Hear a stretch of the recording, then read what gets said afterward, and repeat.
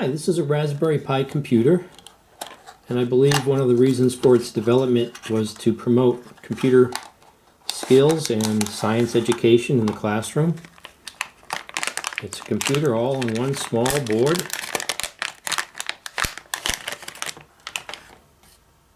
And you can see here, pretty compact. We have Ethernet connection here, USB, HDMI, composite video, audio, and a small micro USB for power, I believe. So in order to get started using this Raspberry Pi, you're going to need a power supply, a keyboard, a mouse, a video monitor, and I guess you could start cannibalizing your existing computer system if you don't have any accessories sitting around. But there is another solution that's been out there for a while, and I first came across it on the Adafruit website, and I thought I'd give it a try. So let's take a look at what that solution is.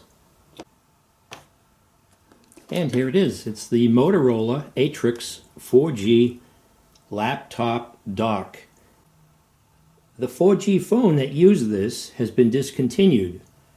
So these started showing up. I purchased this one on eBay, and I got it pretty cheap, $35, and I think that's just because they did not have a picture of it working, although they said that it did work. I will not find out until I hook it up. Well, let's take a look at it.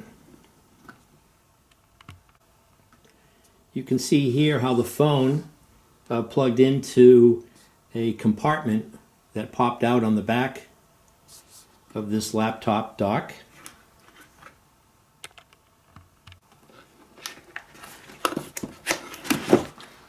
Take a look.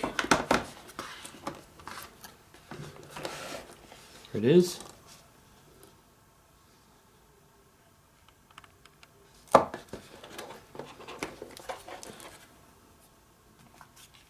And this is the compartment. And we have a micro HDMI male connector and a micro USB connector.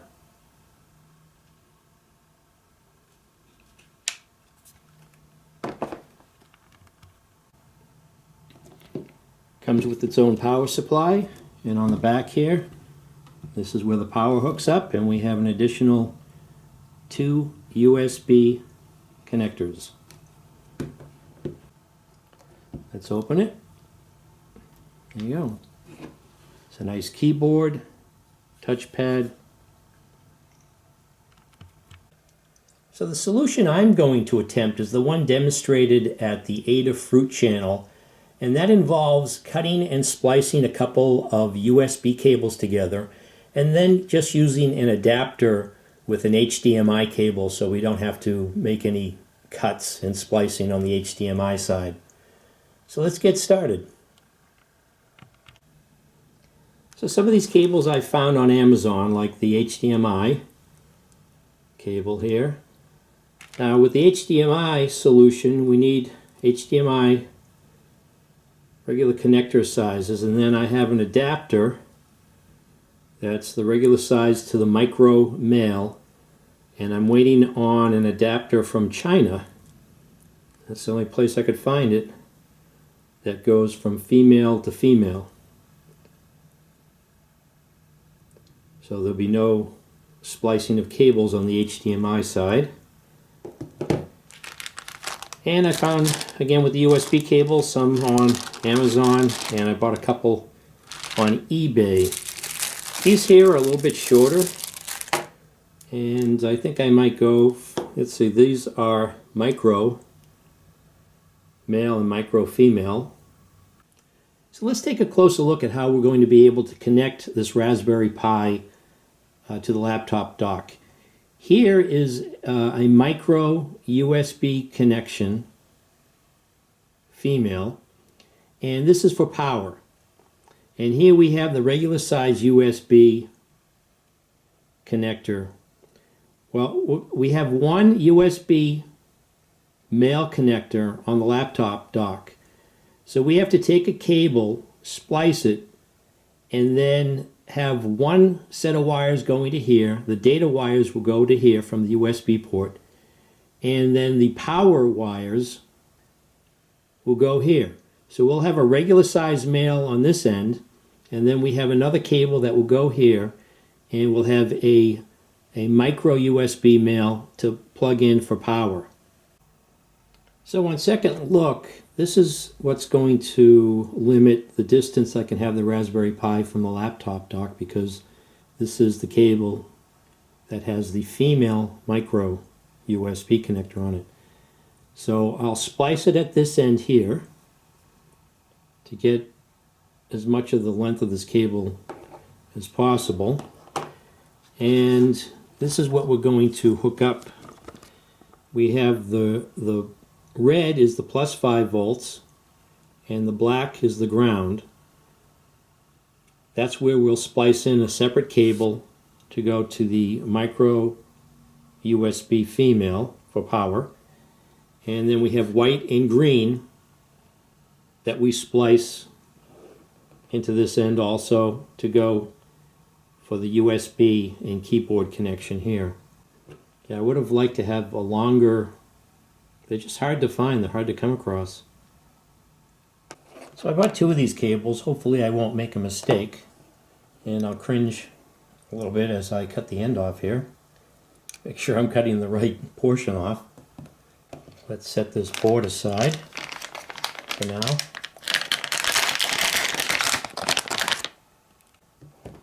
Okay, let's make that cut.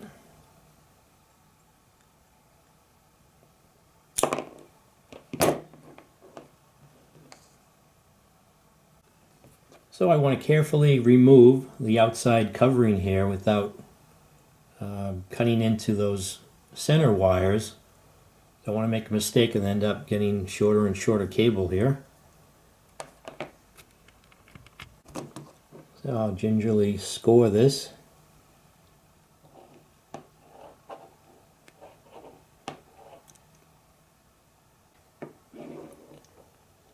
Once you score it and apply pressure to it, it sort of breaks along that score right there, just snapped. And remove that.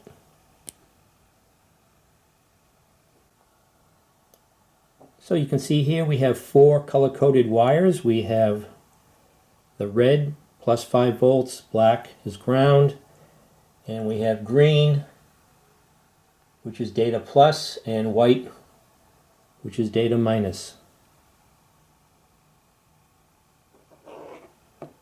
So this is where we'll splice in 1 cable here and 1 cable here.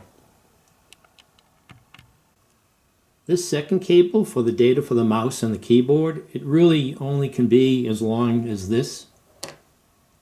It's not going to give you any more flexibility being longer, because you're limited to the shorter cable. So I'll cut it the same length. So I put them side by side, just make sure I'm cutting the right end again. Remember, we want to keep the male connector. Cut that off. I'm sure I'll find use for these cut cables in other projects. So let's look at this again. We have this cable providing power that we splice in, and we have, this is the data cable, like so. So let's strip these 2 cables and start hooking up these wires. Now, in order to solder these wires together, you really need an extra set of hands, and I just happen to have an extra set of hands. I purchased this. This is going to really help getting these cables soldered together. So you want to carefully strip each of these wires, just enough so you can solder them together,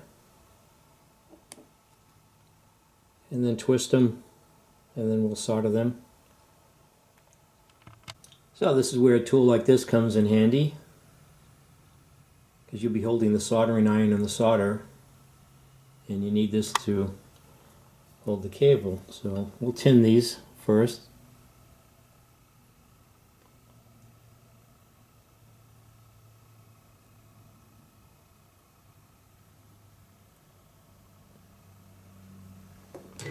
And I'll repeat for the rest of the cables. So I was taught it's always a good idea to make a good mechanical connection before you go ahead and solder. So you could take these wires and then twist them together and crimp them down and then solder them, or you just make a hook out of each one of these, both sides, with needle nose pliers, and then crimp them together and solder them. I don't know, we're not going to be hanging weights off of these, so. But you know, if you crimp them together with a good mechanical connection, you don't have to hold them and you won't be shaking as you're soldering. So you don't end up with a cold solder joint. So maybe I will do that. So I'm going to hook up the power cables. So you just go ahead and you put a little hook on that. Hook on that wire. You can see that. And then you do the exact same thing on the other red and black wire on the other cable. A little bit of a hook. A little bit of a hook.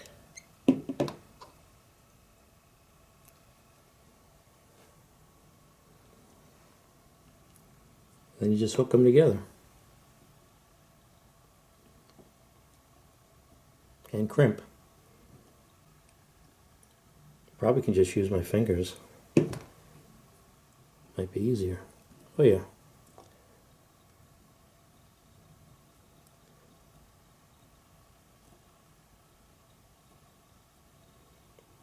And the same thing with the black.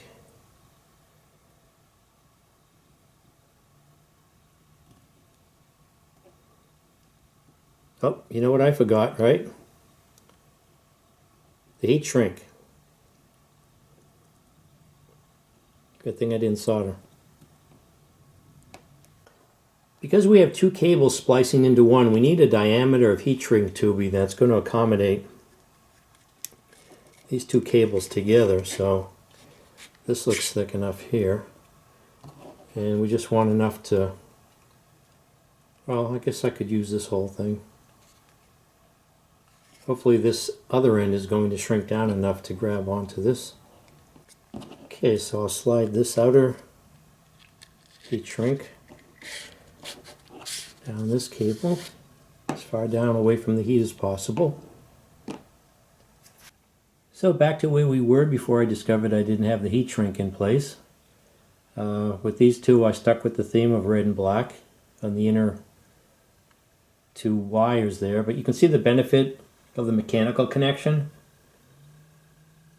And now all I have to do is solder it there, holding themselves in place mechanically. So just go ahead and solder them real quick because they've already been tinned.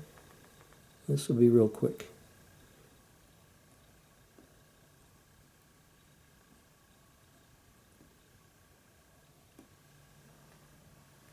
There we go.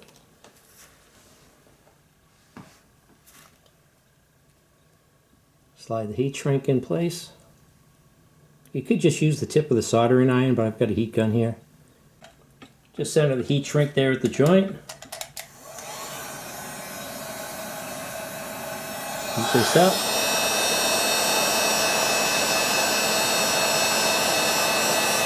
There you go.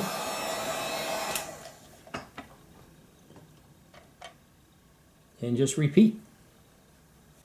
And I have the two data wires connected, the green and the white. So are these two.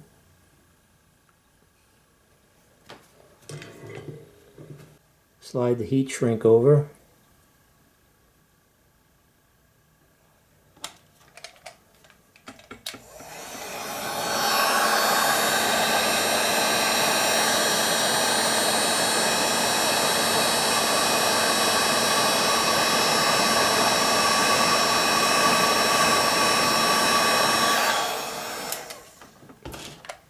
So both of these cables have two wires that do not get used. I don't know why I tin these. I don't know if I just snip them off if there's any problem if they were to connect together. So I'm wondering if I should put any heat shrink on the ends of those before covering them up with the other larger heat shrink. So I'll trim these off. Add some heat shrink to those. I don't know if it's necessary.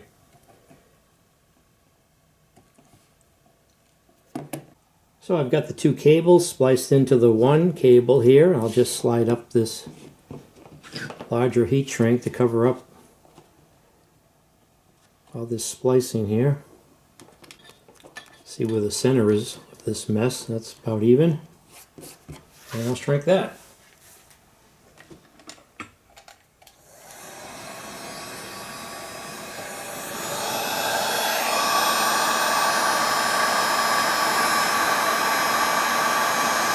So here's the completed cable. This micro USB connection here is for the power. This is the red and the black wire. And this is for the trackpad.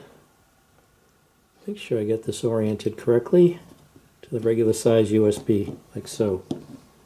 And this is the end that goes to the USB male on the laptop dock. And I just have to connect the HDMI with the cable and the adapters. Okay, here's the moment of truth.